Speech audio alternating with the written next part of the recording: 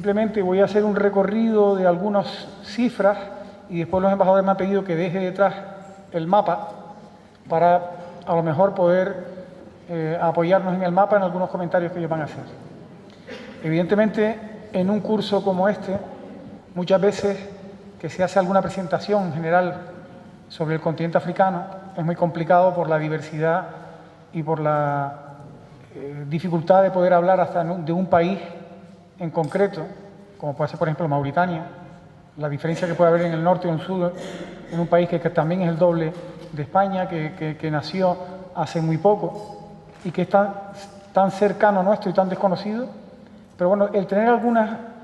datos, aunque sea un poco latoso, el continente hoy tiene 1.000 millones de personas, 53, 54 países, incorporamos a Sudán. La mitad de los países tienen menos de 1 millón de personas, por esto que hablaba también el embajador de la repartición de África, pues muchas veces que en esos 20 días 10, 12 países hayan dibujado el destino de un montón de personas. En 2050 serán 2.000 millones de personas.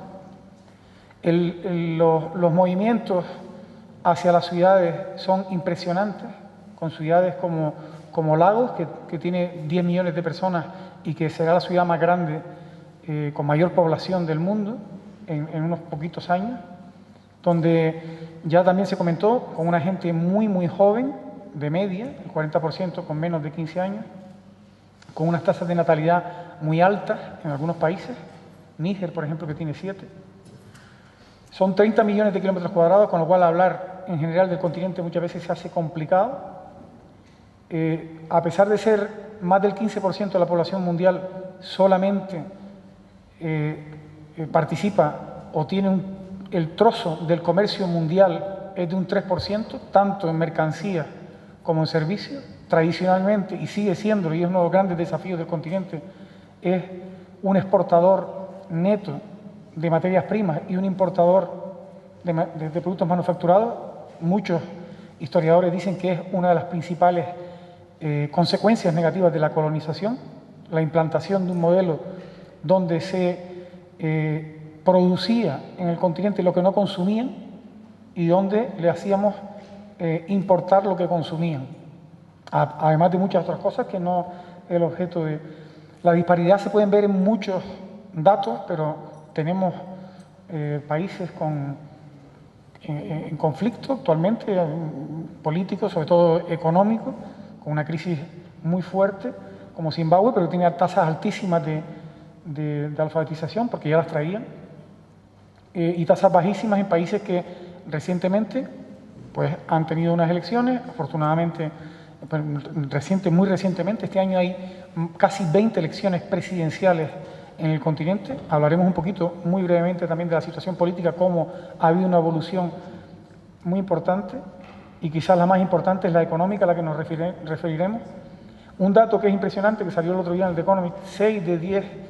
de los 10 países de mayor crecimiento entre el 2000 y el 2010 son africanos en esta década. Nunca el continente había tenido unas tasas de crecimiento económico,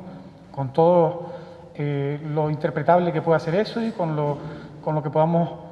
ver con otros datos que no dejan de ser datos, pero que son positivos por primera vez y son los mejores de hace 50 años para el continente.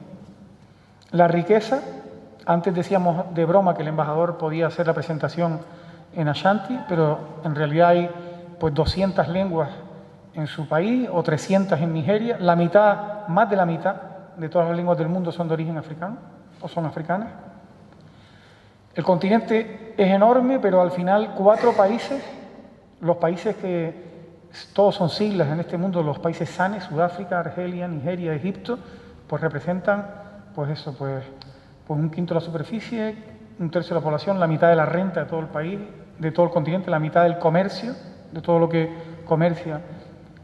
atrae también la mitad de la inversión, etcétera. Casi todas las grandes empresas, porque ya hay, no solamente estamos hablando de empresas de África como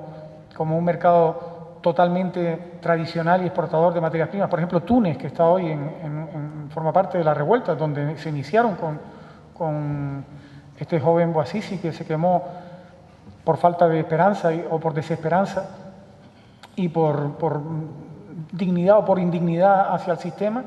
pues Túnez es el primer proveedor, o era el primer proveedor de todos los países de la OCDE,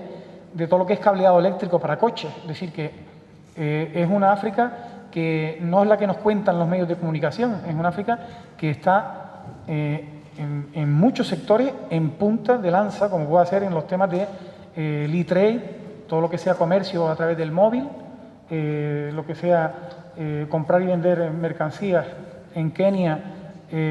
hay más gente que realiza transacciones financieras a través del teléfono que tiene cuenta bancaria. Hasta enero, para que veamos que también los datos hay que ponerlos en la nevera, hablaba un consulting que es el McKinsey, que es un consulting a nivel internacional muy potente, hablaba de los leones africanos e incluía, miren ustedes, pues a Sudáfrica, Egipto, Marruecos, Túnez. Claro que todavía estaba alarmada todos esos movimientos, todas esas revueltas del mundo árabe, pero ahí lo ponían. El continente lo podemos clasificar de muchas maneras hoy. Nosotros que estamos acostumbrados cuando queremos estudiar las cosas a ponerlas, sistematizar, una de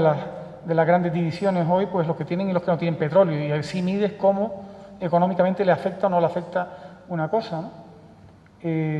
Los recursos de petróleo hoy del continente son el 10% del mundo y un quinto de lo que